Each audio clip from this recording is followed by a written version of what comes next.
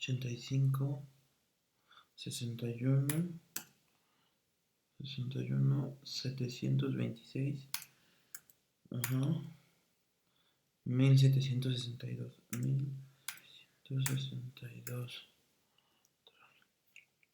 El código es 981, 981, 332, 302.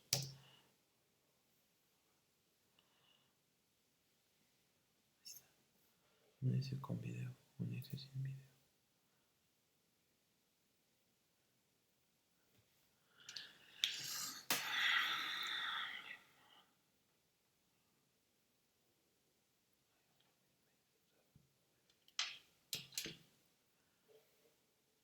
Patología. Va a depender mucho de dónde esté localizado. Y siempre vamos a establecer ya cuando identificamos soplos en otras zonas, no solamente en el área cardiovascular. En este punto podemos encontrar soplos también localizados en otras áreas, por ejemplo, en vasos de cuello, en hueco supraesternal, en región infraesternal, también donde están los vasos periféricos, por ejemplo, a nivel inguinal, a nivel popliteo, aunque ya es algo que generalmente no hacemos, pero a nivel inguinal a veces sí exploramos soplos. Y tenemos que valorar esta situación. Si encontráramos algún soplo en miembros pélvicos, por ejemplo, o en cuello, siempre tenemos que establecer la simetría de estos soplos, porque algunos son soplos originados in situ. ¿Qué quiere decir esto? Que si nosotros encontramos, por ejemplo, un soplo a nivel de cuello, podría ser que no se trata de un soplo de origen cardíaco, sino un soplo establecido propiamente, por ejemplo, en los vasos carotídeos, ¿sí? Entonces, esa es la situación.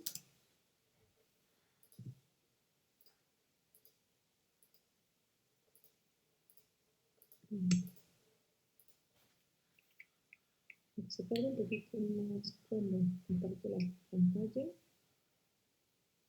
Quiero ver, siguiente diapositiva. Si no, me voy a salir de la pantalla completa.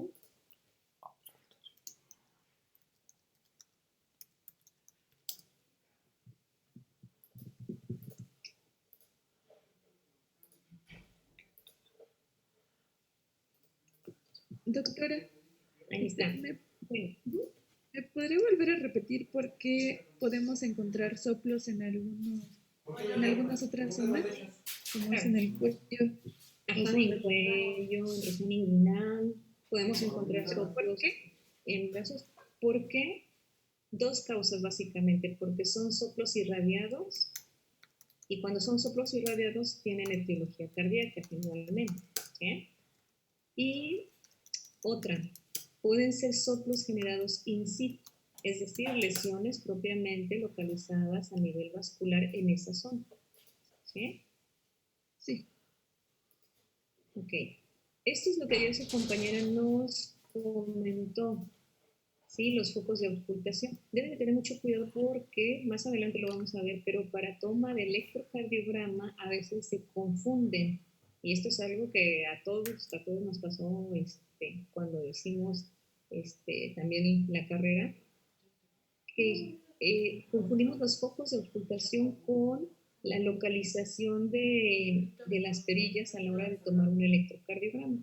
La localización es muy parecida, pero sí es diferente, entonces ojo con eso. Entonces, esta es la correlación anatómica con la exploratoria, ¿sí? De tal manera que ayer nos comentaba su compañera rápidamente cuáles son los focos de ocultación. Y pues vamos a ver, vamos a empezar con algunas preguntas. El foco número 1, ayer no tengo, tengo como a 2 personas, Andrea Fragoso, que no le anoté si participó o no participó. Pero pues vamos a empezar con ella. A ver, Andrea. Sí, doctora. ¿Nos puedes decir, por favor, este primer foco, cuál es? ¿Y dónde se lo un foco aórtico? Ok, es el foco aórtico y está localizado en el segundo espacio intercostal en línea paraesternal derecha. Muy bien, muy bien. Y Si hacemos la correlación anatómica, vean, aquí está el esquema de las válvulas. ¿Por qué escuchamos la aorta del lado derecho? Esa va a ser una pregunta que incluso algunos pacientes que son bastante curiosos le van a interrogar al médico cuando hace la exploración. La respuesta es muy fácil. La aorta nace de esta zona, pero tiene una porción ascendente que gira y es la que nos da esa curvatura. Entonces, aquí está desplazado un poquito, debe ser más hacia acá, pero esa es la explicación. Hace una curvatura, gira y crea la aorta descendente. ¿Sí? Entonces, por eso el foco aórtico está localizado del lado derecho, no del lado izquierdo, como pudiéramos pensar. ¿Sí? Esa es la justificación. Bien. Número 2, vamos a ver, aquí no tengo. A Jaime Rojas, ayer no tengo aquí participación. A ver, Jaime, ¿nos dices a qué se refiere el foco aórtico, digo, el foco cardíaco número 2? Sí, es el foco pulmonar. Está ubicado en el segundo espacio intercostal en la línea paraesternal izquierda. Ok, muy bien. El foco número 3, ahora sí, un voluntario. Yo le digo, es el tricúspide y está ubicado en el cuarto espacio intercostal izquierdo, en el borde esternal izquierdo. Muy bien. Aquí nos vamos al 4, que el 4 está un poquito desplazado, debería estar más por acá. Pero a ver, el 4, ¿a qué foco se refiere? ¿Voluntarios?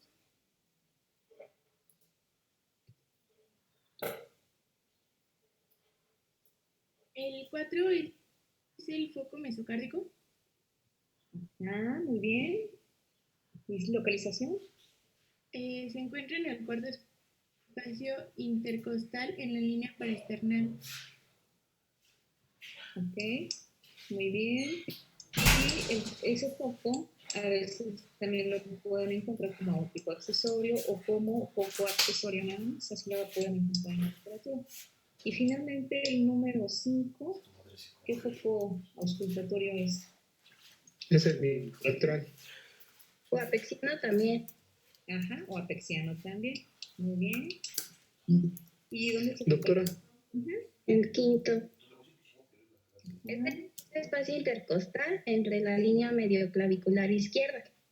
Muy bien. Muy bien. Ok. ¿Qué más? ¿Alguien iba a preguntar algo? bueno, yo tengo una duda. ¿Qué no están alrededor de los focos? El número 3 y 4. Ese creo mi compañera había mencionado que el número 3 era el foco tricúspide. Y bueno, y así basándome o viendo un poco, ¿qué no sería el aórtico, accesorio o de El 3 es el foco mitral y el 4 es el accesorio, aunque aquí en el esquemita lo desplazaron mucho. Es que los desplazan para señalar, ¿sí? Los desplazan un poquito, están justo en la línea y se ve un poquito desplazado, pero el 3 es el foco mitral, no es el foco tricúspide. El 4 es mesocárdico. Y aquí, bueno, es cierto, sí nos faltó Está un poquito más desplazado. Aquí está la válvula tricúspide y aquí debería de estar el foco tricúspide, efectivamente. El 4 sí es el mesocárdico y el quinto es el apexiano. Sí, muy bien. Muy bien, ¿qué más? ¿Qué más? Yo encontré que hay un séptimo foco. Ándale, a ver, sorpréndenos. Bueno, se le llama el foco de la aorta descendente, y se va a encontrar en la pared posterior del hemitórax izquierdo.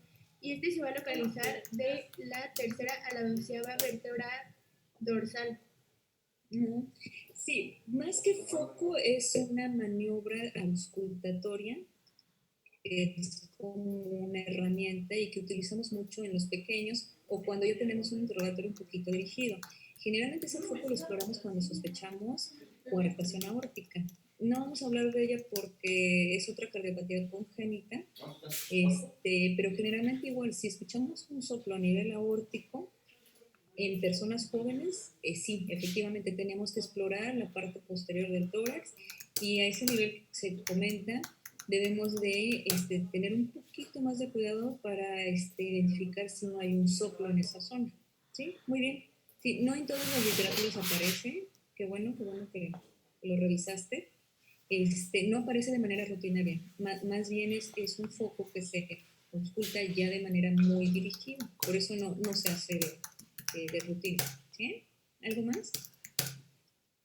¿Es en qué posición dijo que estaría?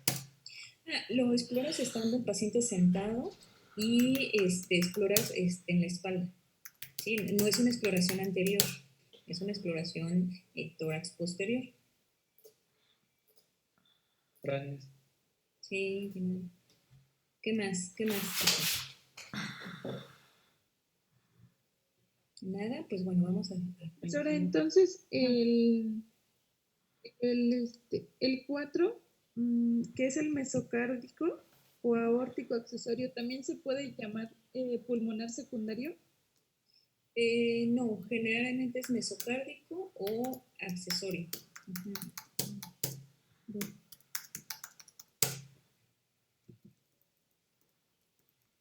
La localización dentro del ciclo cardíaco es lo que les comentaba. Básicamente pueden ser sistólicos y diastólicos, aunque hay un soplo continuo. Ahorita nos van a platicar sus compañeras acerca de ese soplo. Bueno, quizás no, porque nada más es fisiopatología, pero es digamos, a partir de eso identificamos un soplo continuo. ¿Qué quiere decir? Que lo escuchamos tanto en sístole como en diástole. Y dentro de los dos rubros encontramos además subdivisiones. Por ejemplo, dentro de los soplos sistólicos vamos a encontrar el pansistólico, que es el soplo que se genera en toda la sístole. El mesosistólico, que se localiza a mitad de la sístole, y el telesistólico, que es al final de la sístole. Esto igual se identifica teniendo un ejercicio rutinario, continuo, después de escuchar muchos soplos sistólicos, es cuando ya se tiene la capacidad de identificar en qué fase del ciclo cardíaco se está presentando el soplo. Y cuando son soplos diastólicos, también tenemos la misma división. Protodiastólico, es decir, toda la diástole se presenta. Mesodiastólico, quiere decir que a la mitad de la diástole. Y aquí, cuando son soplos localizados al final de diástole, puede recibir dos nombres. Puede ser que lo describan como pre-sistólico o como telediastólico. Así lo van a encontrar en la literatura. ¿Sí? ¿Algo en relación a esto? ¿Me podría repetir qué era el telesistólico, por favor? Telesistólico al final de la sístole. Sí. Este es el grado de auscultación para los soplos. Sí, es lo que les comentaba. Si el soplo es muy pequeño, generalmente a veces no se escucha, y por diversas razones. Una por falta de experiencia, otra por ciertas condiciones que pueden manejar los pacientes, como por ejemplo tórax muy amplios, obesidad mórbida, pacientes que están en terapia intensiva y que es difícil manipular el tórax para establecer la auscultación adecuada.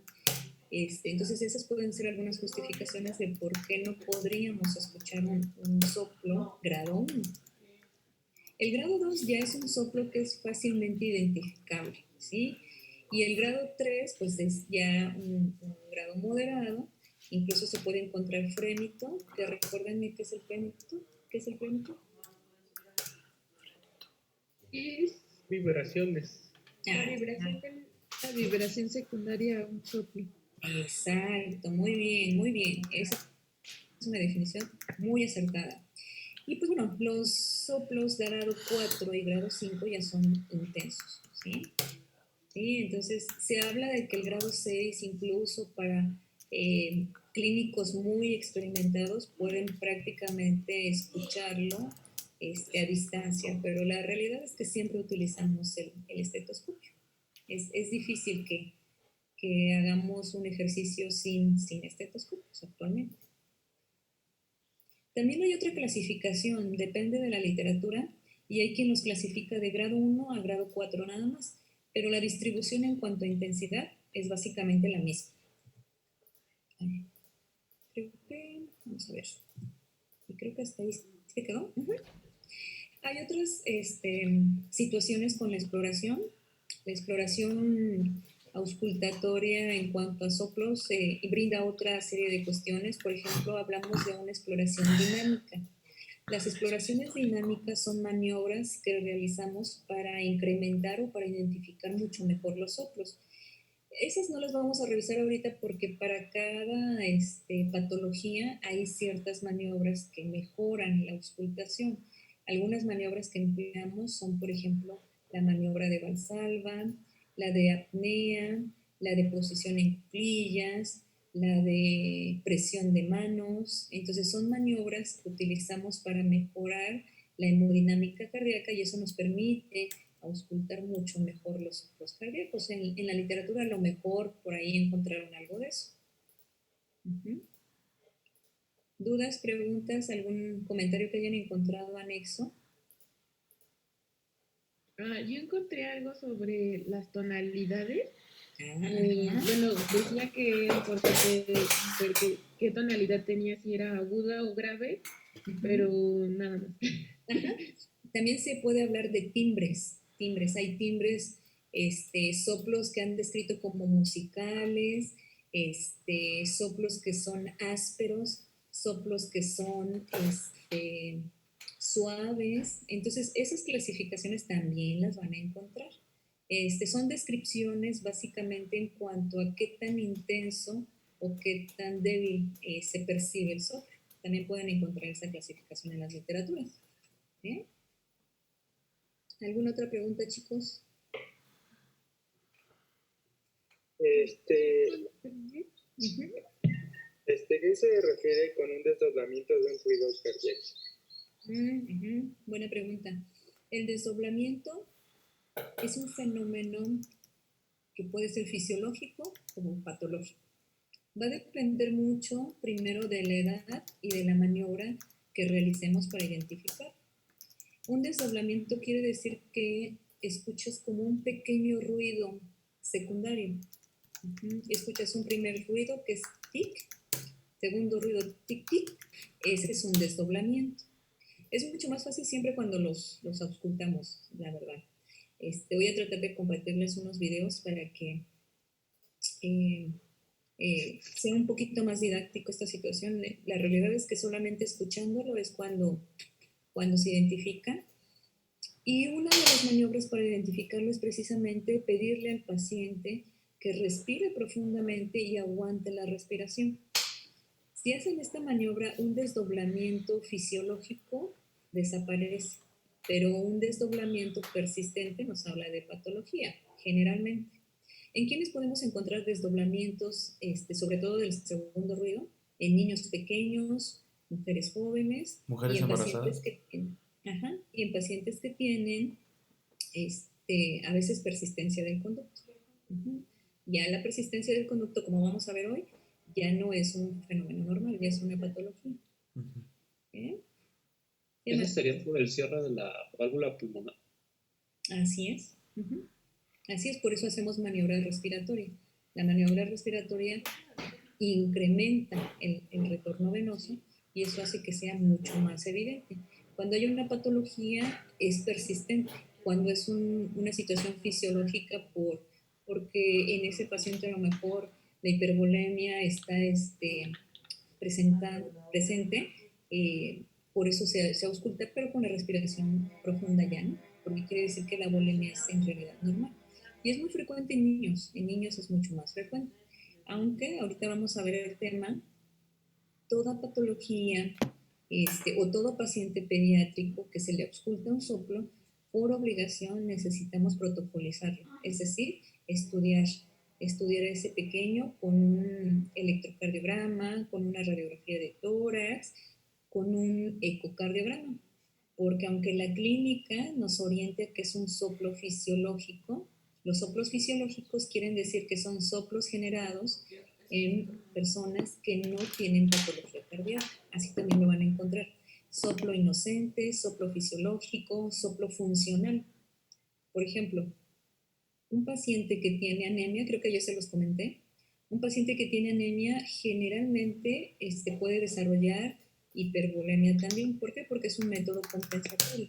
Y entonces, como la sangre circula mucho más rápido dentro de las cavidades cardíacas, se puede generar un soplo. Otro grupo de pacientes que pueden presentar soplos y no necesariamente ser soplos de patología cardíaca son las mujeres embarazadas, y es exactamente por este mismo fenómeno. Recuerden que en el embarazo aumenta la volemia, entonces ese aumento también genera un soplo llamado fisiológico. ¿Qué más, chicos? Yo, doctora, yo encontré de parte en sí el estetoscopio, que nos ayuda como para realizar lo que es la escuchación. Decía que parte de la campana se utiliza más que nada para escuchar aquellos sonidos que son graves, de una tonalidad un poco baja. Ajá. Y la membrana se utiliza para aquellos sonidos que son agudos, de una tonalidad mucho más alta. Sí, esas son las, ¿cómo decirlo? Las maniobras que podemos utilizar con el estetoscopio. Desafortunadamente, a veces hay estetoscopios muy básicos que son de una sola campana. ¿Y qué es lo que haces? No tienes la campana posterior. Lo que haces es oprimir un poquito más para que se genere ese vacío y se pueda auscultar mejor. Esa es otra técnica. Y esa, pues, es propiamente del tipo de estetoscopio que tú tengas. Si tienen estetos en casa y son de 2 campanas, recuerden que nada más lo giras para auscultar este tipo de fenómenos. ¿Sí? Muy bien. ¿Qué más? Doctora, entonces, ese desdoblamiento fisiológico se escucha cuando le dicen que inspire al paciente, pero solamente podría ser en los niños, las embarazadas y en la persistencia del conducto arterioso. Así es. Sí, más bien tú lo escuchas, estás haciendo tu exploración física y estás revisando todos los campos de auscultación y de pronto te encuentras este desdoblamiento. Entonces, ¿qué es lo que vas a hacer? Si es niño, dices, bueno, hay que descartar que no sea una cardiopatía congénita. Entonces le vas a pedir respira profundo, aguanta el aire y otra vez vuelves a revisar los focos de auscultación. Esa es la maniobra que debes de revisar. Si desaparece, es soplo fisiológico. Si persiste, es un soplo patológico. Ok, gracias. Sí, de nada. ¿Qué más, chicos?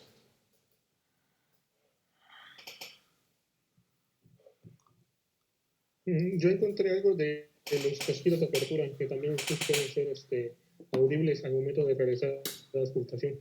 Sí, efectivamente.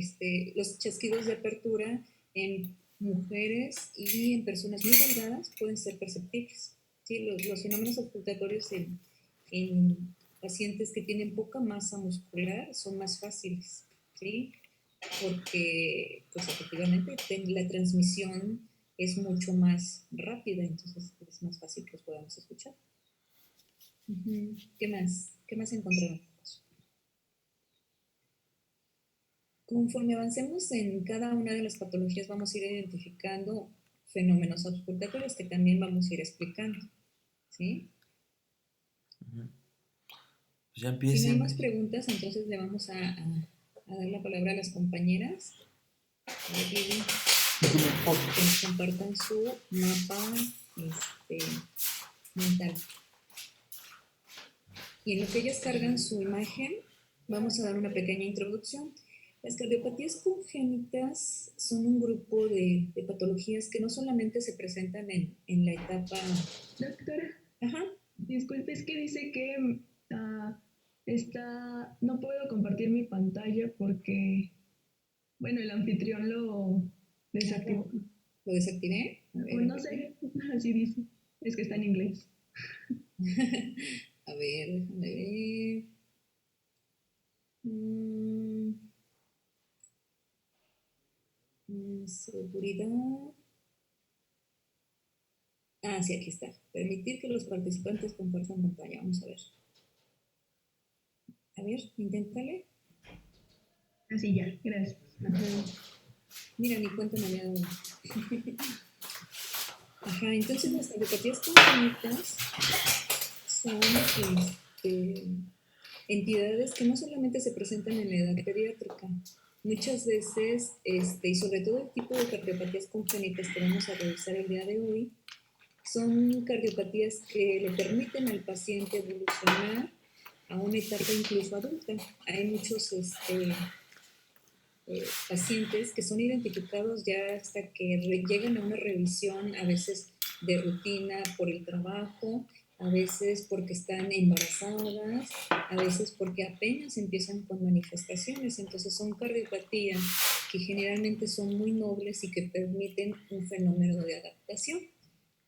Ese fenómeno adaptativo es lo que permite que lleguen y evolucionen a una etapa adulta y generalmente tengan un buen pronóstico, sobre todo las primeras 3 cardiopatías que vamos a revisar, que son la comunicación interauricular, la comunicación interventricular y el conducto arterioso, la persistencia del conducto arterioso. Entonces, esas son las 3 patologías, digamos, más frecuentes, más nobles, y además las cardiopatías congénitas se clasifican en cardiopatías congénitas cianógenas y acianógenas. Estas 3 últimas que yo les acabo de mencionar son cardiopatías no, cardiopatías acianógenas. ¿Qué quiere decir? Ándale, mira, si lo revisaron. A ver, entonces vamos a empezar. A ver, Lili, ¿o quién va a empezar del equipo?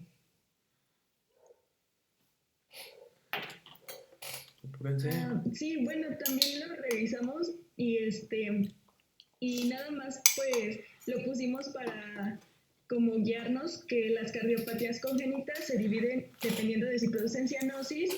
Y bueno, yo leí que para que una cardiopatía produzca cianosis tiene que haber un cortocircuito derecha-izquierda, porque sabemos que en las cavidades derechas está la sangre venosa, la sangre con poco oxígeno, y entonces si hay una comunicación de derecha a izquierda, esta sangre se va a ir a las cavidades izquierdas y de ahí a la circulación sistémica. Entonces esta sangre que vaya a circulación sistémica pues va a ir pues baja en oxígeno y entonces eso provocaría cianosis. Y pues dentro de las acianógenas que no producen cianosis está la comunicación interauricular o interventricular y la persistencia del conducto arterioso. Solo puse esas porque son las que vamos a ver. Y dentro de las que producen cianosis serían la tetralogía de Fallot y, bueno, otro ejemplo sería la transposición de los grandes vasos. Así es, muy bien. Sí, muy bien. Esto es algo muy importante porque las cardiopatías congénitas acianógenas solamente experimenta el paciente cianosis al esfuerzo.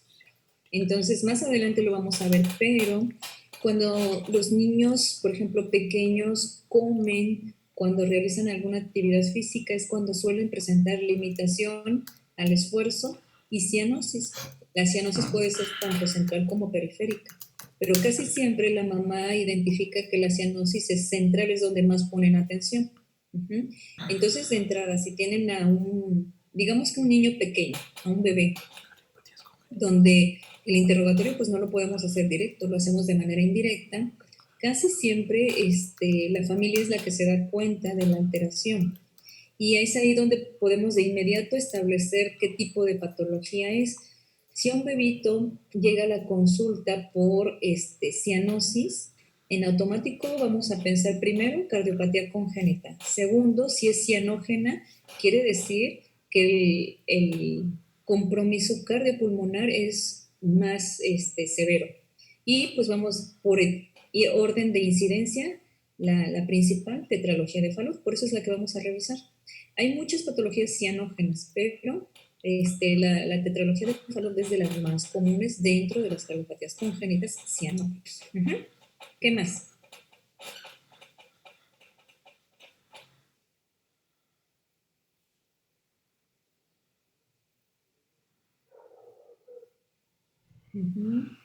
No, pues ya empezaríamos con la patología primera. Okay. Pero, Adri, o sí. yo. Si quieres tú, yo explico lo demás. Ok, bueno, Entonces, dentro de las patologías acianógenas vamos a encontrar la comunicación interauricular, que va a ser una patología donde va a haber una comunicación entre las dos aurículas. Esta patología se puede deber a mutaciones en el cromosoma 5 y bueno, esto lo puede provocar algunos teratógenos como la rubiola, el alcohol, el tabaco, la diabetes materna y el lupus eritematoso sistémico en el embarazo. Esta comunicación interauricular pues se va a deber a que el tabique interauricular no va a estar bien formado y puede deberse a que los tabiques no crecieron, o sabemos que, por ejemplo, el septum primum va a sufrir una apoptosis en su superficie apical. Entonces puede que esta apoptosis sea más de lo que debería. Y bueno, fisiopatología, la digo yo también. ¿Qué? ¿Adri? Bueno, en la fisiopatología, como ya lo mencionó mi compañera Lili, hay una comunicación entre las dos aurículas. Y bueno, para que la sangre fluya de izquierda a derecha, tenemos que considerar que entre estas dos aurículas va a haber un gradiente de presión mínima, que en este caso pues es de aproximadamente de 2 a 4 milímetros de mercurio. Y también otra base es que el ventrículo derecho tiene una mayor distensibilidad debido a que su pared es un poco más delgada que en el caso del ventrículo izquierdo. Como tiene una mayor masa, lo hace menos distendible. Entonces, debido a esto, la sangre que viene de las 4 venas pulmonares va a pasar directamente por este gradiente de presión, por esta mayor distensibilidad, hacia el sitio de menor resistencia al vaciamiento. Esto quiere decir que es la aurícula derecha. Entonces, como vemos, pues la aurícula derecha va a estar recibiendo sangre tanto de la vena cava superior, inferior, el seno venoso, y aparte este flujo sanguíneo anómalo proveniente de la aurícula izquierda. Esto nos va a ocasionar lo que es una sobrecarga diastólica en el ventrículo derecho.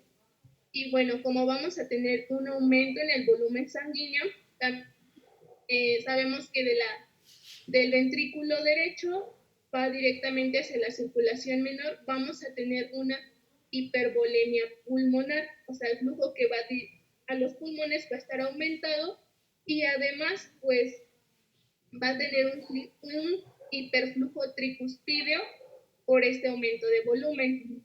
Y finalmente pues vamos a tener una disminución del gasto sistémico. Esto porque pues aquí en la aurícula izquierda existe esa fuga de sangre, y como sabemos el lado izquierdo se encarga de la circulación sistémica, entonces no vamos a estar enviando toda la sangre que corresponde. Ahora, ¿hasta aquí tienen alguna duda? Adri. No, yo, Adri, una pregunta, ¿podrías explicarme otra vez lo de la presión? Sobre el gradiente de presión. Ajá. Bueno, a nivel de las aurículas vamos a tener un gradiente de presión mínima, o sea, esa presión entre ambas va a ser casi igual. Entonces, esto pues es un factor que va a predisponer a que la sangre pase a la aurícula derecha. Y también, además de eso, como el lado derecho del corazón tiene una mayor distensibilidad debido a que pues, su pared es más delgada, y también de lo contrario, el lado izquierdo tiene una menor distensibilidad por su pared gruesa y pues también por una mayor resistencia al momento de expulsar la sangre. Entonces estos dos factores nos van a condicionar a que la sangre, a que existe esa fuga de sangre directamente hacia la aurícula derecha. Y bueno, esto va a depender obviamente del sitio anatómico y también del tamaño de esta comunicación, porque puede ser a nivel del ostium secundum, que lo señalé con el número 1, que ese sería a nivel la fosa oval. Se presenta en una mayor frecuencia y, bueno, también puede ser a nivel del ostium primum, que se acerca un poco más hacia las válvulas auriculoventriculares, y este es característico en los pacientes que tienen síndrome de Down. Y también puede encontrarse una comunicación a nivel del seno venoso, que puede ser superior con una mayor frecuencia, aunque también leí que puede ser inferior, y esto se relaciona con un drenaje anómalo de venas pulmonares. Entonces, no sé si te quedó claro, José. Sí, Adri. Y bueno, una vez que ya tenemos pues las bases de la fisiopatología, vamos a ver que, bueno, dependiendo de la comunicación se van a presentar pues los síntomas. Si es una comunicación pequeña, puede ser asintomático, y bueno, además cabe resaltar que la patología es la más frecuente en adultos. O sea, persiste hasta en una edad adulta, y los pacientes pueden tener historia clínica de bronquitis. Esto más que nada porque, como ya vimos, tenemos un hiperflujo pulmonar, entonces pues se va a dar esta inflamación por congestión pulmonar, y como hay una disminución del gasto sistémico, o sea, no se envía toda la sangre necesaria, o sea, toda la que llega, entonces vamos a tener un hipodesarrollo.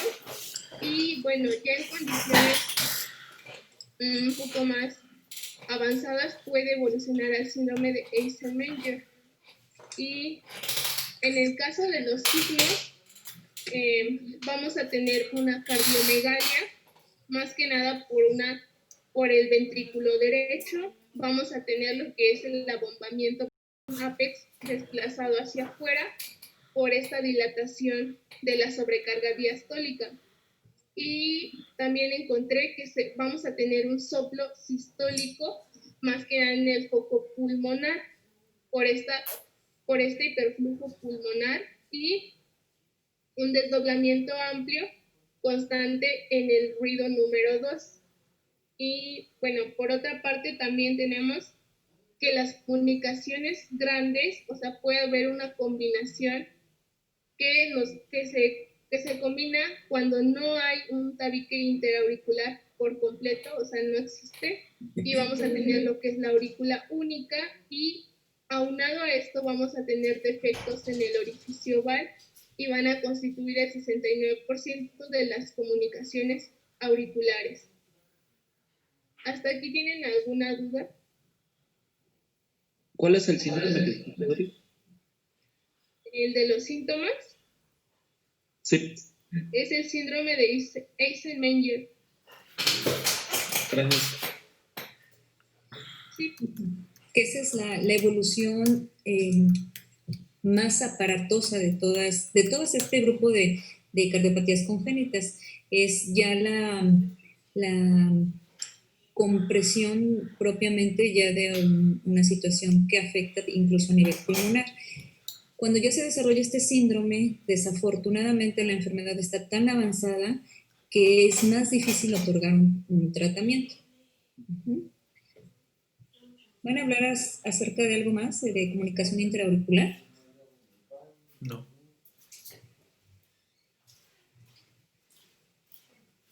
No, ya eso todo. Ok. Cabrón, En algunos comentarios. Muy bien explicado. Aquí es donde se dan cuenta que empleamos todas las herramientas para establecer la interrelación que yo tanto les comento. Este esquemita está muy bonito.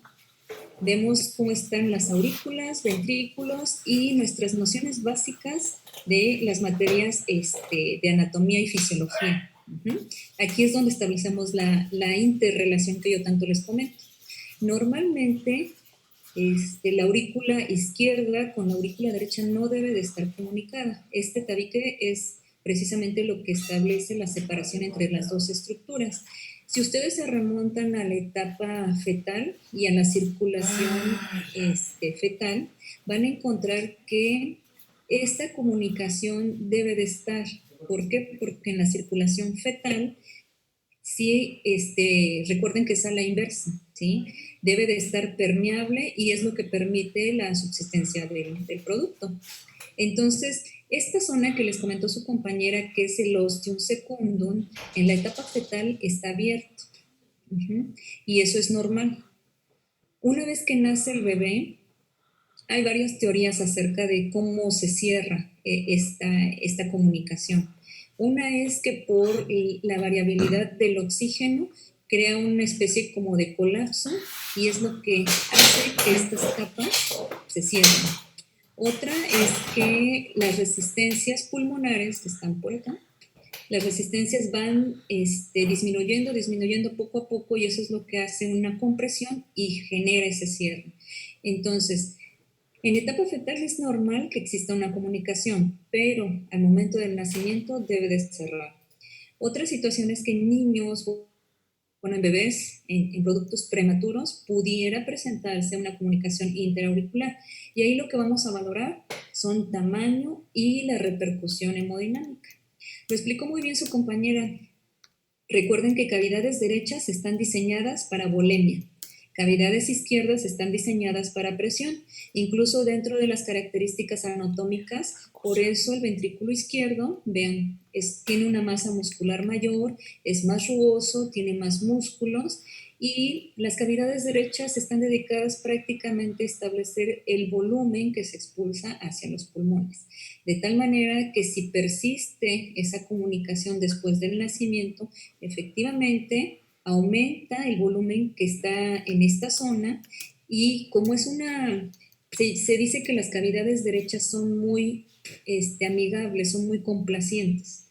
¿Por qué? Porque permiten que poco a poco este volumen incrementado vaya distendiendo poco a poco las cavidades sin generar necesariamente un dato de alarma. Hay otras cuestiones que pueden hacerlo evidente, pero por eso es una de las cardiopatías congénitas que puede evolucionar hasta la etapa adulta. Y como lo mencionó su compañera, dependiendo de la zona en donde se localice el defecto, es como se clasifica. Entonces aquí los sitios anatómicos precisamente son esto. El ostium secundum es la zona en donde debe de estar esa comunicación en la etapa fetal, ¿sí? Esta zona, ¿sí? Esta es una comunicación interauricular, pues amplia, vean la distancia que hay de aquí a acá. Puede presentarse también algo que se llama foramen oval permeable. Eso es lo que les acabo de comentar, la falta de cierre de esta comunicación que en la etapa fetal existe. Entonces, el foramen oval se caracteriza por ser una comunicación interauricular muy pequeñita, debe de medir 3 milímetros o menos. Si mide más de 3 milímetros, ya estamos hablando de una comunicación interauricular.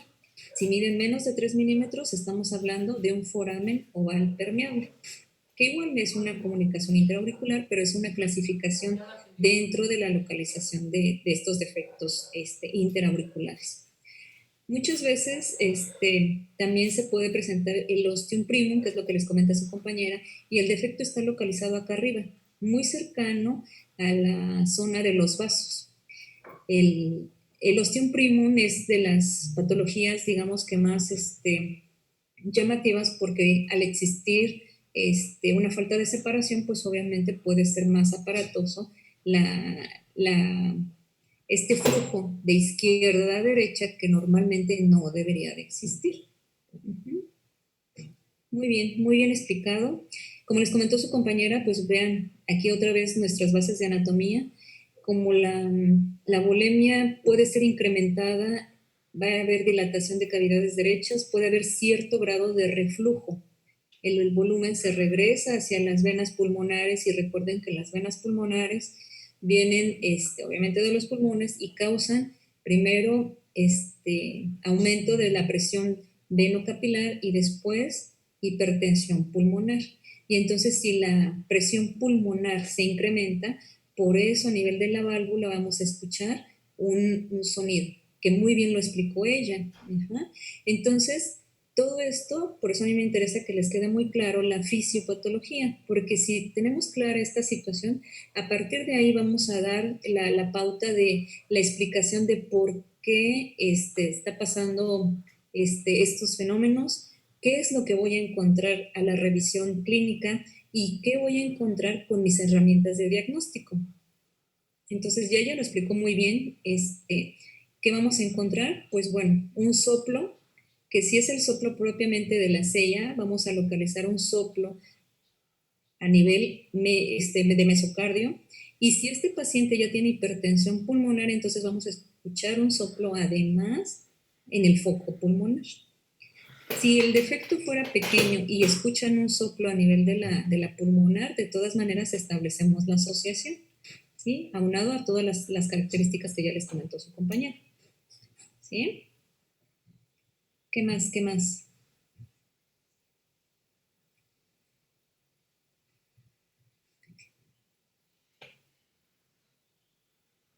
Si quieren, dejar de compartir ahorita su pantalla y les doy, aprovechando que ya vimos este tema de comunicación interauricular, rápidamente, déjenme ver, es que nada más abrí déjenme les abro la presentación de la comunicación interauricular, para que les dé de una vez las bases de diagnóstico y tratamiento de esta enfermedad, y así ya quedamos completados con este tema.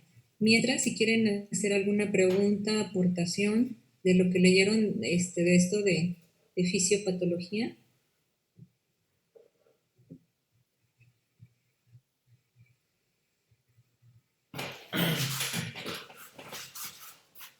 Yo encontré que, bueno, que la comunicación auroventricular, lo que pasa es que cuando el recién nacido puede nacer con esto y bueno, en su desarrollo pues ya no puede, bueno, puede desaparecer esa malformación, bueno, esa cardiopatía congénita. Uh-huh. Sí, como les comentaba, si son defectos pequeños, y sobre todo les digo, por ejemplo, en el caso del foramen oval, que es una comunicación menor a 3 milímetros, y en un producto prematuro por edad puede ir cerrando de manera espontánea y entonces no se le otorga tratamiento. Si son defectos grandes, pudiera ser que cierren y tenemos que vigilar a esos bebés. Se les vigila y constantemente se les están haciendo ecocardiogramas cada 3, cada 6 meses para ver si hay cierre. Si no hay cierre espontáneo, entonces sí ya se sometan a un tratamiento. Hay bebés que aunque sean con defectos no tan grandes y que desafortunadamente pueden tener complicaciones y generar fallas cardíacas, porque también puede presentarse eso. Desafortunadamente, aunque no sea el tiempo de espera, pueden cerrarse antes de ese tiempo. A veces depende mucho de la condición clínica del paciente. Generalmente se tiene un tiempo de vigilancia en los recién nacidos, a veces hasta los 2 años. Algunos cardiopediatras comentan que hasta el año y medio. Pero si antes de esa edad se presentan complicaciones como la falla cardíaca u otras situaciones que comprometan mucho más la situación hemodinámica, entonces se deciden cerrar antes de tiempo. ¿Sí? Entonces, este es un esquemita, porque habitualmente van a encontrar ustedes esto. ¿Sí? Están los vasos cardíacos que no nos permiten ver de primera instancia el septum interatrial.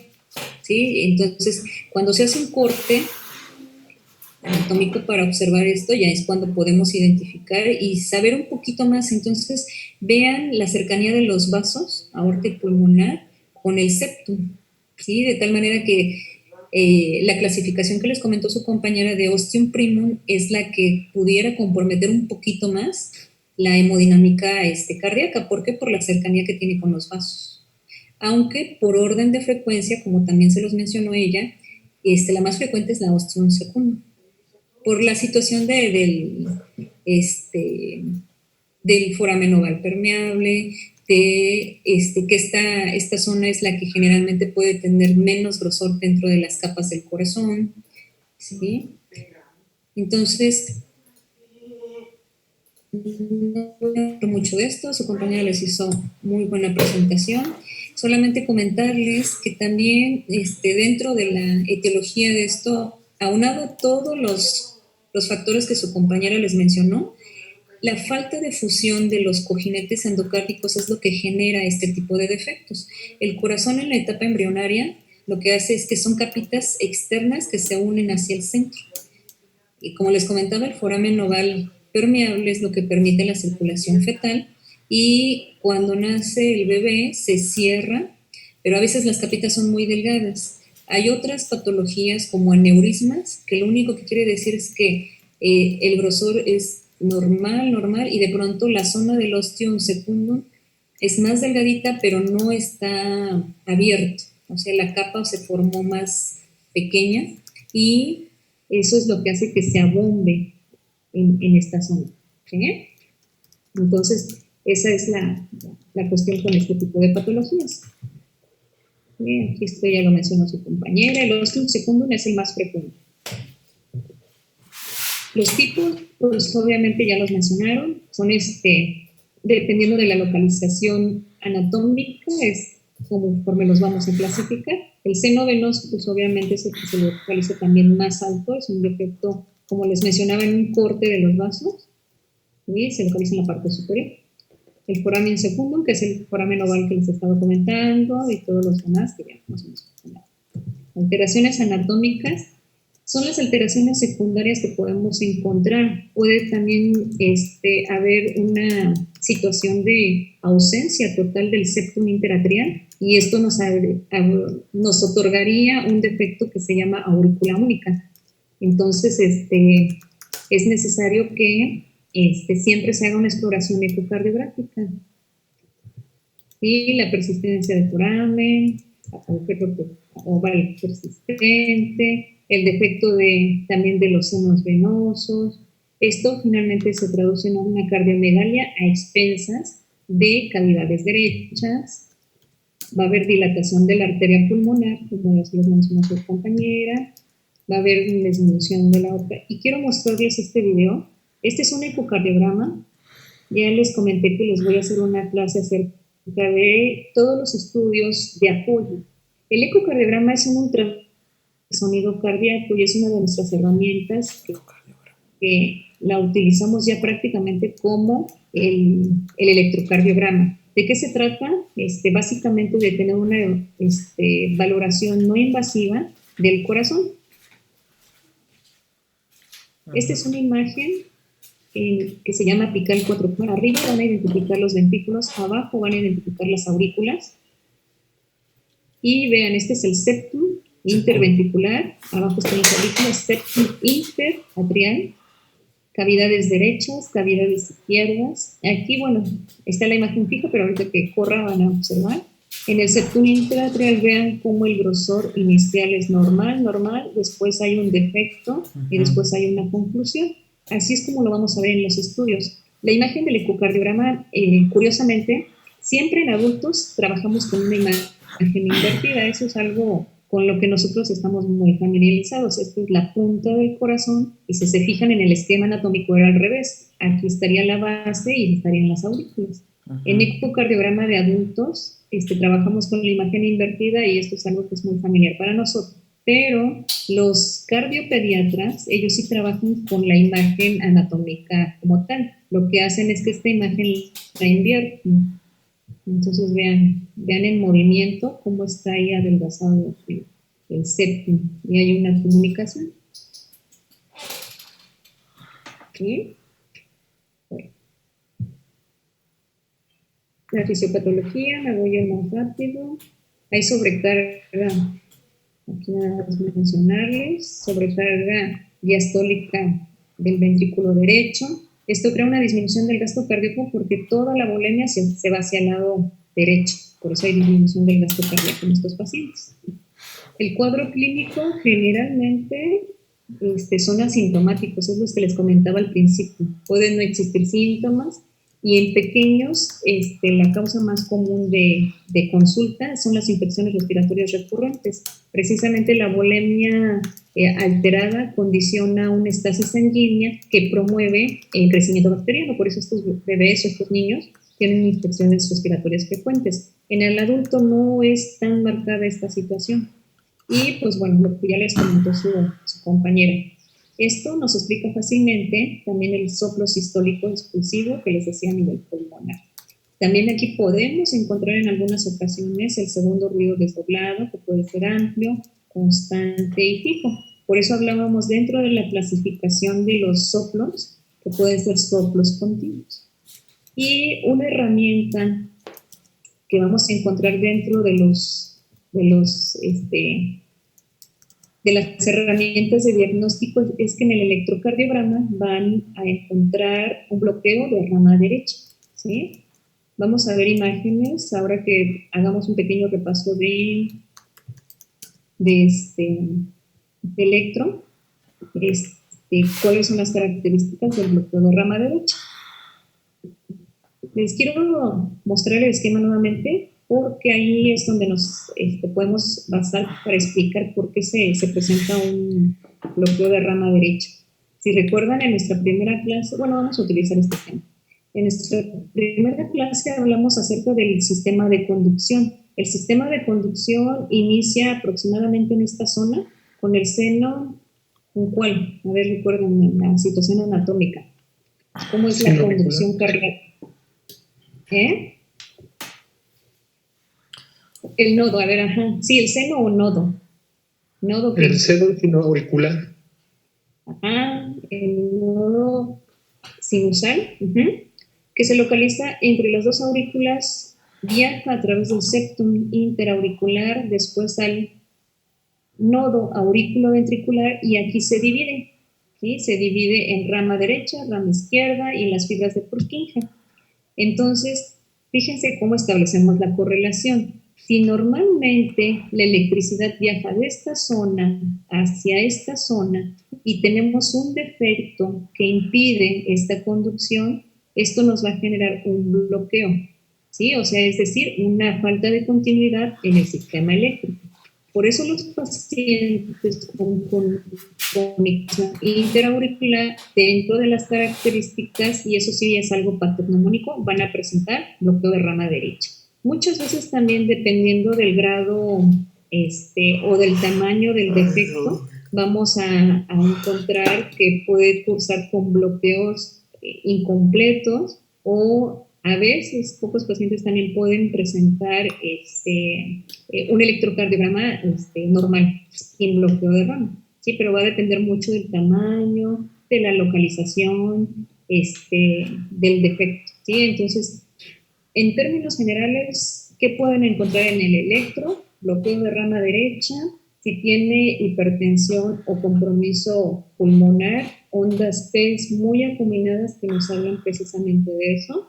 Pueden encontrar hipertrofia o crecimientos ventriculares derechos. Y en las radiografías se va a encontrar precisamente las cardiomegalia, que ya lo había mencionado su compañera. Cuando revisemos la clase de radiografía de tórax, vamos a repasar lo que son las zonas anatómicas y los perfiles que se observan en cada una de las descripciones anatómicas. Para fines prácticos, esta zona, esto que ven aquí, es el botón pulmonar. Entonces, si estamos hablando de una patología que genera hipertensión pulmonar, que genera aumento del flujo de cavidades derechas, lo que vamos a encontrar en la radiografía es incremento de cavidades derechas que nos desplaza la punta del corazón, vean, dirigida hacia arriba, el abombamiento de la pulmonar y por ende ya estamos hablando de una situación vascular, más bien de compromiso vascular pulmonar y entonces vean la vasculatura pulmonar cómo está incrementada. ¿Sí? Aquí se ve un poquito más. En una proyección lateral, nuevamente vemos la silueta cardíaca, vemos cómo hay un abombamiento de la pulmonar y la vasculatura, ¿sí? Incrementada. Ese es el electro, son todas las cuestiones que podemos ver. También puede haber un bloqueo AB de primer grado, nuevamente explicado por la misma situación, el defecto de la conducción generado por el defecto de la pared. ¿Sí? El ecocardiograma, que ya se los mostré, estas son fotografías que nos hablan de la comunicación.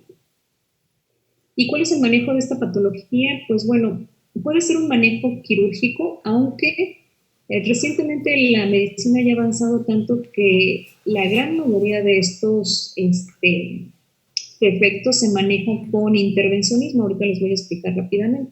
El manejo quirúrgico generalmente se deja para defectos muy grandes. Si el defecto mide más allá de 4 centímetros, ya no es un defecto que pueda ser tratable con intervencionismo cardíaco. Y entonces se tiene que someter a cirugía a corazón abierto, desafortunadamente, tanto para los pequeños como para los adultos. ¿Sí? La mortalidad es baja dentro de las cardiopatías que se someten a cirugía, les va muy bien a los pacientes. Y lo único es que, pues bueno, a veces aunque se repare el defecto, pues puede haber bradicardias. Estos pacientes, si tienen defectos muy grandes, a veces necesitan marcapasos por la situación eléctrica que les comentaba. Pueden cursar, obviamente, con otro tipo de arritmias, como las extrasístoles, fibrilación auricular, clóter crónico. Sobre todo son arritmias supraventriculares, o sea, es decir, que se originan en el seno auricular. ¿Sí? Y el intervencionismo es un procedimiento que se caracteriza por un abordaje arterial. Lo que se hace es realizar una punción a nivel de la arteria femoral, es decir, entran a través de la ingle, viajan hasta llegar al corazón, esta es la vena cava, llegan a aurícula derecha, atraviesan la zona del defecto, y el dispositivo que más se utiliza es un amplaxe, que es como una sombrillita que se abre y se retrae y crea un colapso. Vean, este colapso ya permite que todo esté sellado. Esa es la imagen esquemática. Así se le llama dispositivo de cierre percutáneo, ¿sí? Porque nos brinda la opción de evitar la cirugía. Son procedimientos muy, muy amigables que permiten que el paciente, por ejemplo, ingrese el día de hoy y mañana ya está dado de alta con un estudio incluso de control. Son procedimientos bastante pues delicados porque son minuciosos. Y este es el dispositivo, esta es la imagen, es una pequeña sombrillita de metal. Vean, esta es la primera capita que debe atravesar. El septum queda a este nivel, se colapsa cuando se retrae. Y esta es la imagen radiológica que se realiza en la sala de movimiento. No, esa era la vuelta. Entonces, esta cardiopatía congénita suele tener un pronóstico muy bueno. En realidad es una patología muy frecuente. Y pues bueno, los que nos dedicamos a la cardiología de adultos, es de las más inofensivas que solemos ver. ¿Dudas, preguntas, chicos, acerca de este tema?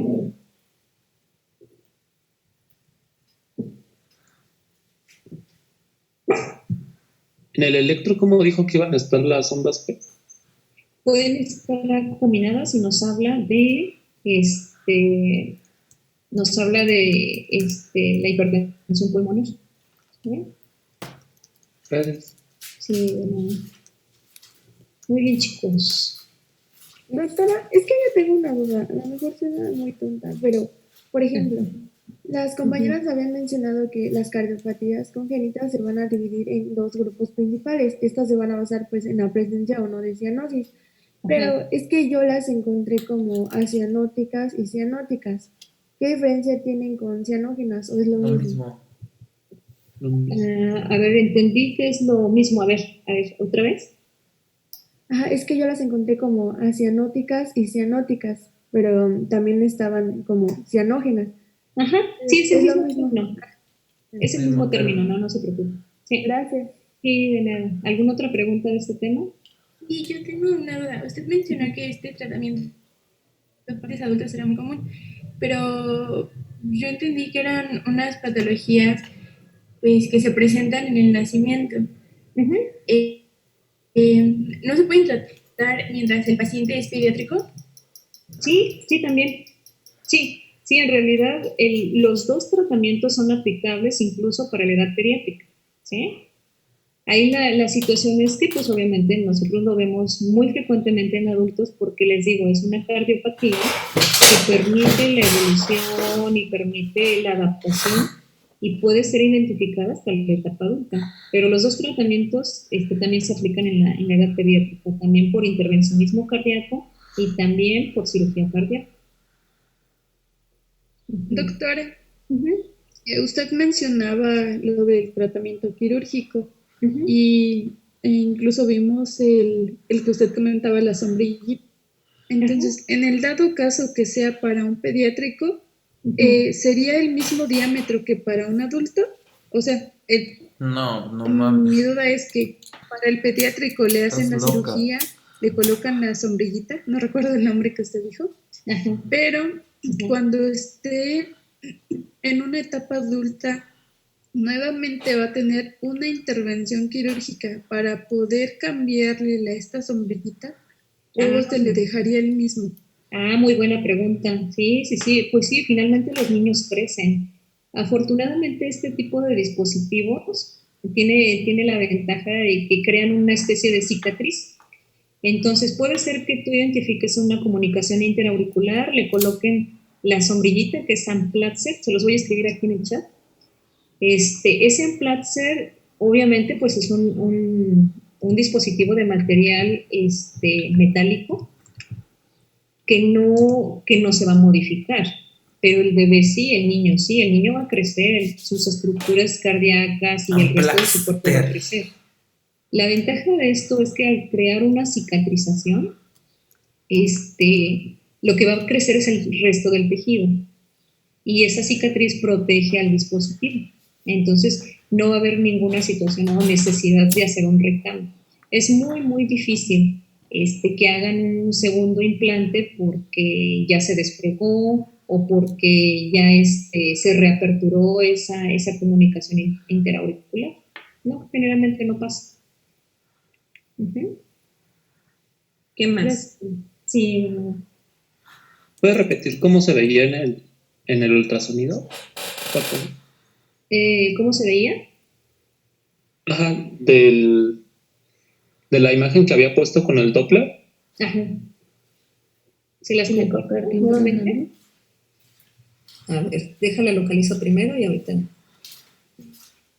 se las comparto para que la vean. Por alguna situación, no sé por qué el video lo programé para que se viera continuo, pero se detiene, no sé. A veces esta computadora hace cosas de desobediencia. A ver.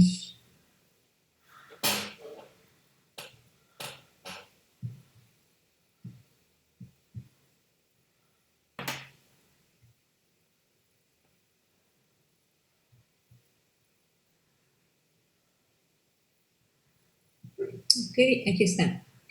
Tenemos una imagen invertida. Esta imagen, hay muchas proyecciones ahora que les dé la clase de herramientas de diagnóstico, va precisamente el ecocardiograma.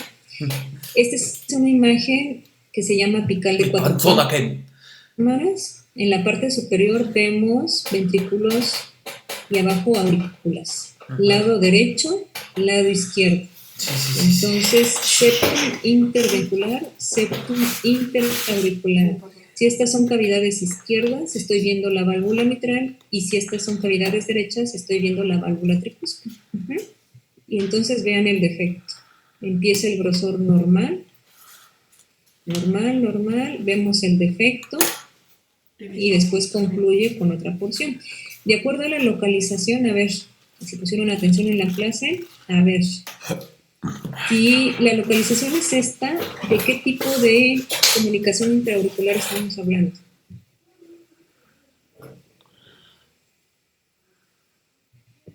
¿Qué tipo de comunicación intraauricular es esta? Ostium primum, ostium secundum, foramen oval. Foramen oval, ¿no? ¿Qué opinan? ¿Qué lado, perdón? ¿Qué tipo de comunicación interauricular es esta? Les brinda esta imagen. Es que no sé, bueno, yo no veo nada. Se aprecia la Tampoco. imagen. A ver, Yo ahí les tampoco va. veo nada. Este es el defecto. Este es el septum interauricular, empieza el grosor normal, aquí está la cavidad, o sea, la comunicación, y termina aquí una pequeña porción del tabique interauricular. Entonces, ¿qué tipo de comunicación interauricular es esta? ¿De secundum? Eso, muy bien. Muy bien, eso quiere decir que están poniendo atención. Exactamente. Es una comunicación interauricular tipo ostium secundum. ¿Eh? Y si estuviera aquí, en la zona basal de las aurículas, aquí, acuérdense, la parte más alta, de acuerdo a lo que les dijo su compañera, ¿qué sería? Ostium primo. Venoso. Podría ser, sí, efectivamente, una de seno venoso. ¿Cuál otra?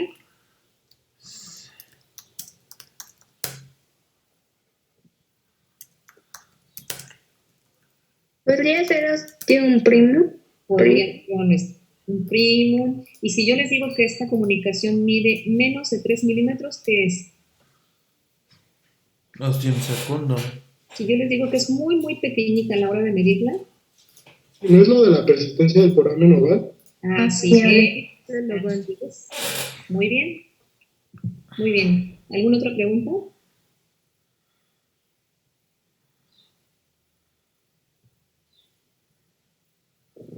No, ¿No? Muy bien, entonces chicas, bueno, vamos a empezar el siguiente tema. Vamos a avanzarle un poquito porque son temas, les digo, muy extensos, pero muy, de mucho ejercicio clínico. A ver, si nos comparten el segundo, la comunicación interventricular. Creo que se está activado. Eso. Resistencia del conducto.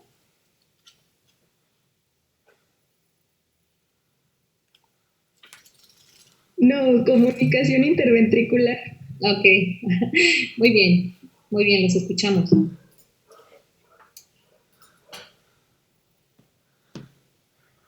Bueno, en la comunicación interventricular tenemos que los defectos del tabique interventricular van a representar la malformación cardíaca más frecuente en niños. O sea, esto es de pacientes pediátricos y como sabemos, el tabique interventricular en su desarrollo embrionario fetal, pues tiene dos porciones, tiene una porción muscular y tiene una porción membranosa. La muscular es la que podemos observar, está en el lado inferior y está pues más gruesa porque es músculo, y está de la porción más cercana hacia las aurículas es la porción membranosa. Entonces, casi un 70% de estos defectos van a afectar a la porción membranosa, y también pues se caracteriza por un cortocircuito arteriovenoso, o sea, de izquierda a derecha, y por lo tanto no va a producir cianosis y se va a acompañar de una vascularidad pulmonar aumentada. Ahora, en los tipos vamos a tener que la perimembranosa pues es la más frecuente, y en la imagen la podemos observar ahí, no sé si se alcanza a distinguir, o bien, como su nombre lo dice, se ubica en el septum membranoso. También tenemos la número 2, que es la de tipo muscular, que esta puede ser de múltiples perforaciones y se va a dar a nivel del tabique en el septum muscular. También tenemos de entrada, que esta se va a dar a nivel de cercano a la válvula tricúspide, y de tipo infundibular, que esta se va a dar más que nada en los tractos de salida a nivel de la aorta. Bueno, en la fisiopatología vamos a ver que durante la sístole vamos a tener igual nuevamente esa diferencia de presiones entre las cavidades de izquierda y derecha. En la diástole no se maneja esta diferencia porque es casi igual. Entonces, en la sístole tenemos una presión de 120 a nivel del ventrículo izquierdo y una presión de aproximadamente 30 a nivel del ventrículo derecho. Entonces, debido a que tenemos este defecto a nivel del tabique interventricular, que pues en condiciones fisiológicas esto debe de estar cerrado de manera normal, vamos a tener pues esa diferencia de presiones. El volumen y las características clínicas de esta patología van a depender del tamaño y también de las resistencias pulmonares. Cuando tenemos unas resistencias pulmonares normales y un tamaño considerable, pues vamos a tener una sintomatología un poco menor. Sin embargo, cuando tenemos un aumento de las resistencias de la arteria pulmonar, vamos a aumentar la presión sistólica de este ventrículo. Entonces, o sea, estos 30 que teníamos va a ir aumentando y pues ya no va a existir este gradiente y esa diferencia que permitía el paso del ventrículo izquierdo al ventrículo derecho. Entonces vamos a disminuir este flujo sanguíneo debido a la disminución del gradiente y por lo tanto se va a disminuir el cortocircuito y vamos a tener una disminución de este flujo que de manera que inicialmente pues pasaba con una mayor cantidad, un mayor volumen. Ahora, igual, entonces aquí en este puntito tendríamos que a mayor resistencias pulmonares vamos a tener una disminución del flujo que pasa en este cortocircuito y se va hacia la arteria pulmonar. Y a una menor resistencia pulmonar vamos a tener un aumento del flujo pulmonar. Esto se va a dar por las diferentes presiones. Ahora, una vez que tenemos una disminución de las resistencias, vamos a tener una sobrecarga volumétrica hacia el ventrículo derecho inicialmente, pero después, como ya van a disminuir las resistencias, vamos a tener un hiperflujo pulmonar y posteriormente, como disminuyen las resistencias, vamos a aumentar el volumen del corazón izquierdo, porque obviamente si se disminuye la presión entre estas dos cavidades ya no va a pasar el mismo volumen sanguíneo que pasaba en este cortocircuito y se va a mantener. Entonces vamos a tener un aumento de volumen en el corazón izquierdo del corazón, en el lado izquierdo del corazón, perdón. ¿Y hasta aquí tienen alguna duda?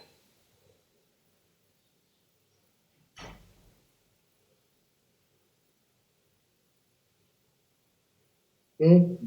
No. Bueno. Sigue.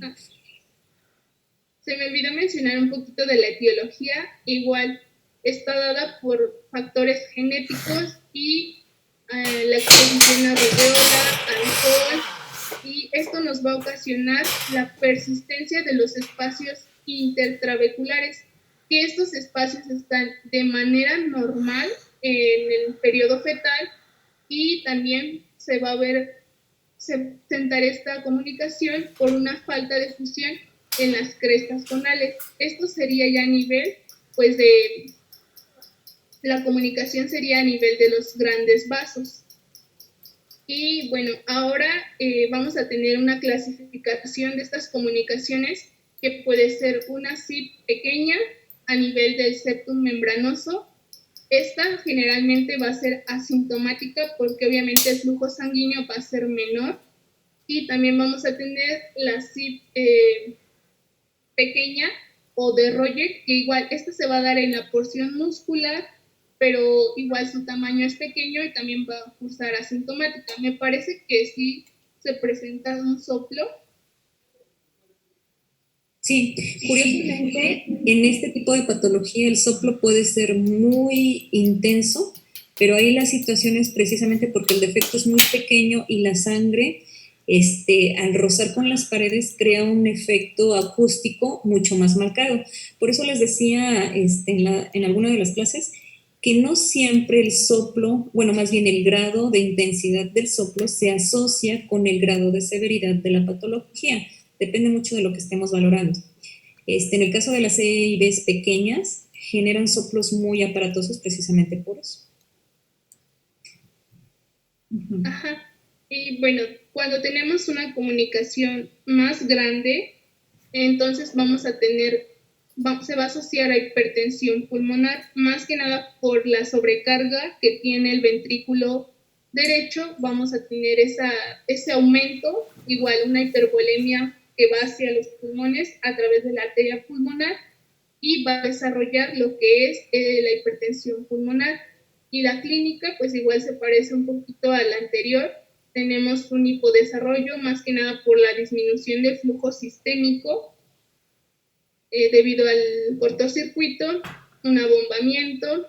El ápex va a estar igual amplio y desplazado. Y también me parece que se acompaña de fremito sistólico a nivel del mesocardio.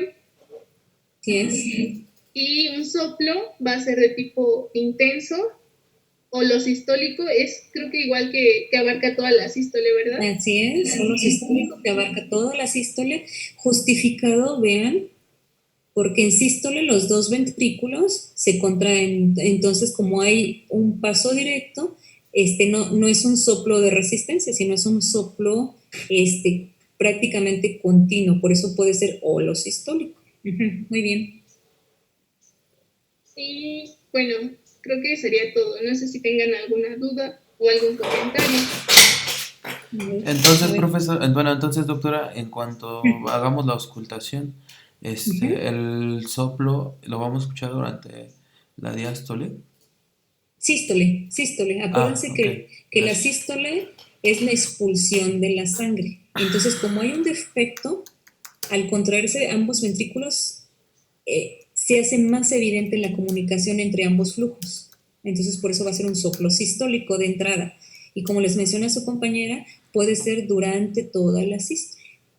Por eso es holosistólico o mesosistólico, de acuerdo a la clasificación que hoy vimos. Sí, gracias. ¿Alguna otra pregunta?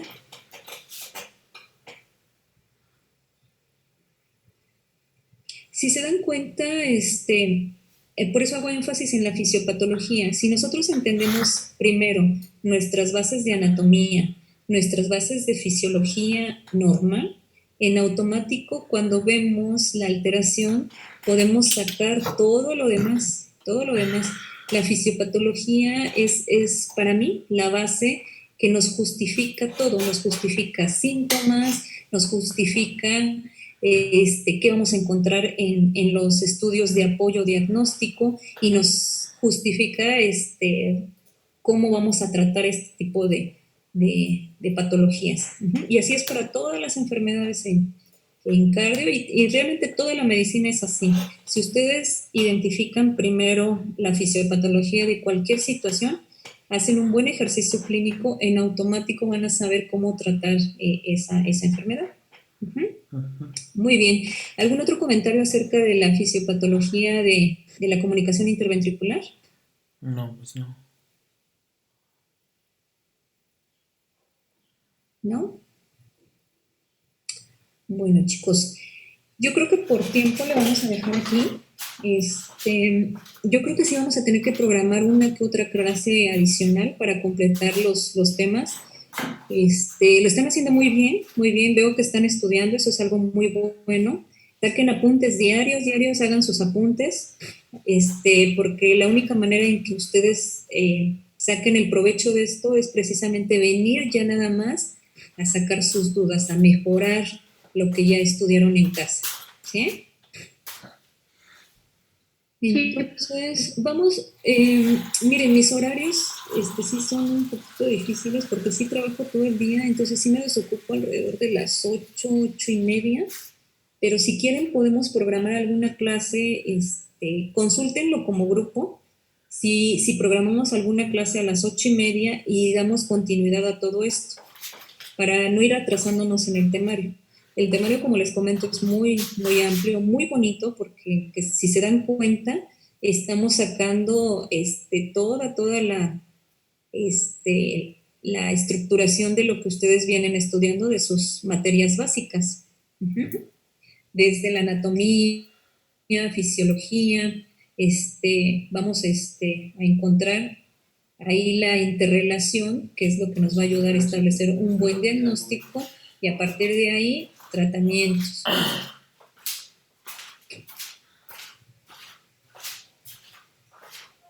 Entonces, les digo, se ponen de acuerdo y checamos si tenemos alguna clase en la semana, o la próxima semana empezamos con alguna clase adicional. ¿Sí? Sí, doctora. El día de mañana completamos esto y ¿qué más? Y bueno, pues el siguiente grupo que vaya preparando su mapa mental del siguiente tema, que yo creo que le va a tocar hasta el viernes. Porque sí, las otras dos patologías son muy similares. Bueno, ya nada más nos queda persistencia del conducto y tetralogía de Fallot, pero yo creo que esas dos también fácil nos las llevamos el día de mañana. ¿Sí? Muy bien, chicos, pues si no hay más, entonces nos vemos el día de mañana. Gracias, doctora. Sí, Hasta mañana. Hasta mañana. Hasta mañana, doctora. Hasta mañana. Hasta mañana. Hasta mañana. Gustavo.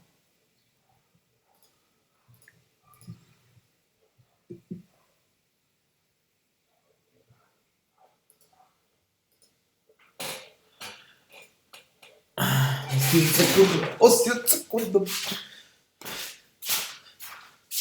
Oye, mi teléfono, de veras. Espérate.